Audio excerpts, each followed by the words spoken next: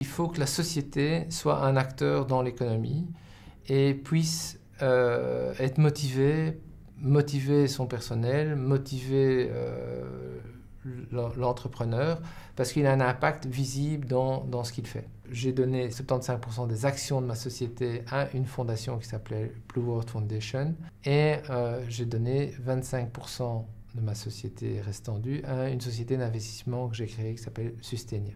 De manière générale, 9% des ventes de services de Blue Sky Regeneration va être attribué pour du sponsoring. Vu qu'on a 75-25, on permet à Sustainia de faire une facture de 3% du chiffre d'affaires des services comme rétribution en management fee.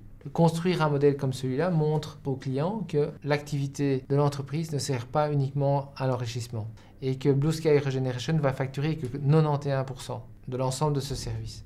Le client, sans que ça lui coûte 1 euro de plus, participe à ce moment-là et voit que le fait qu'il va travailler avec nous a un impact direct au niveau humanitaire. On a simplement, nous, en tant qu'entrepreneurs, décidé qu'il y ait 9% redistribués.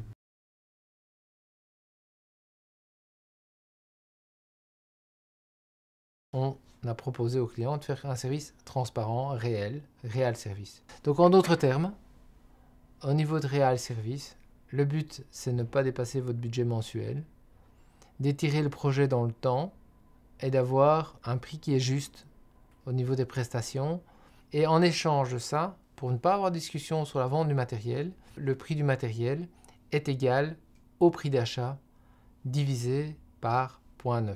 Ça veut dire qu'en d'autres termes, on dit au client, nous prenons 10% de marge sur notre prix de vente, bien sûr, mais ce prix de vente est fonction du prix d'achat qu'on va avoir au moment où est-ce qu'on va commander le matériel. Si on arrive à être plus rapide au niveau du projet qui est défini, au niveau de la maintenance, qu'on a moins de problèmes au niveau de maintenance IT et que les choses se passent vraiment bien, et on vous propose une approche différente. On va faire un labo chez vous, on aura quelques ordinateurs et en cas de défaut dans l'infrastructure du client, il n'y a qu'à simplement prendre un de ces ordinateurs et directement l'échanger. L'intérêt de cet échange se faisant dans un cadre de réel service, ça permet pour le client de dégager une partie du budget pour créer des nouveaux projets. Donc, dans le cadre de contrats de maintenance, nous arriverions à créer des moyens financiers pour développer des projets. Toute la structure, système, application interne et application business est connue par Real Service et donc l'échange intègre l'ensemble des prestations. Donc on passe quelque part de la partie maintenance d'infrastructure pour garantir un fonctionnement à la partie plus orientée business pour le soutien au niveau de son business. Ça c'est le but de Real Service, c'est de faire ce transfert qui se fait doucement en fonction des budgets et en fonction des besoins du client.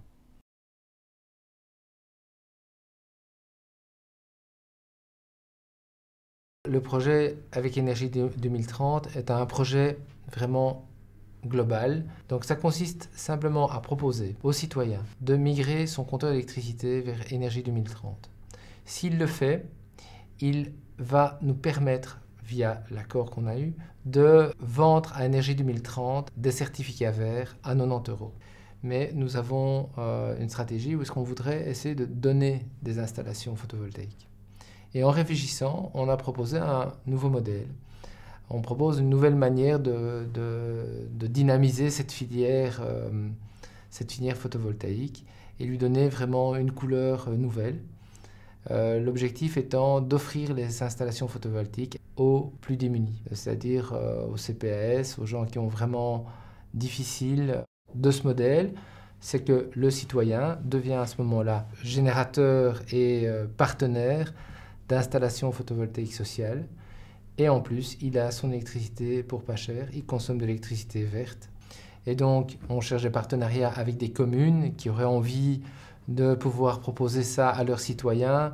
Changer de compteur, nous avons un partenariat avec Blue Sky. Grâce à vous, on va pouvoir soutenir les plus démunis de la commune, donner un rôle civil aux citoyens, un rôle de responsabilité de son impact qu'il peut avoir dans sa propre commune, encore une fois, sans que ça lui coûte et en plus en lui rapportant. C'est une société qui, plutôt que de faire le bénéfice pour elle-même, utilise les économies réalisées pour faire d'autres choses, d'autres actions pour la nature.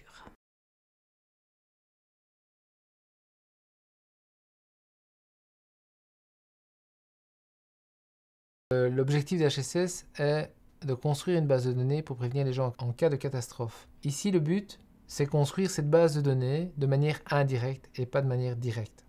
De manière indirecte à travers un environnement sur Internet qui va être utilisé pour le citoyen pour obtenir une information qu'il découvre dans la vie quotidienne. La technologie qu'on propose va permettre de dynamiser les campagnes de communication de l'État, les campagnes de communication d'entreprises, et va permettre de remettre une information précise en fonction d'une campagne TV. Imaginons que la région fasse une campagne de communication et vous pouvez le tester. Si vous voulez connaître les primes à l'énergie, envoyez le message AE par SMS au 3419. Cet SMS vous coûtera 25 cents et vous aurez toute l'information précise sur les aides à l'énergie. Vous aurez un SMS de retour, vous arriverez dans cet environnement-là.